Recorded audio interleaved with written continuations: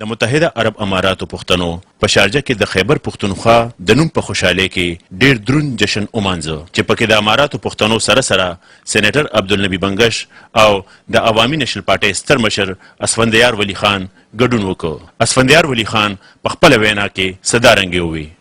داسې سیاسي قیادت پیدا شوی دی چې د هغې نظر دی 40 کاله 50 کاله 80 کاله لرې لګي نو هغه صرف او صرف دا دوه انسانانو دریم په پاکستان کې داسې انسان نه دی پیدا شوی.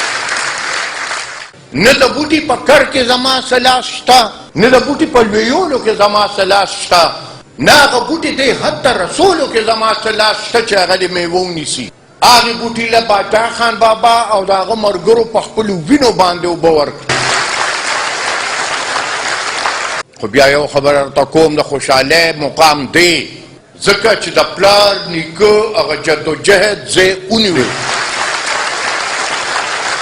چې دا اوس یې نوم پښتونخوا شو دا چې څه ګټي په هغې صرف او صرف د پښتون د بچي حق دی د بل چا حق منلو ته پې نه یو تیار.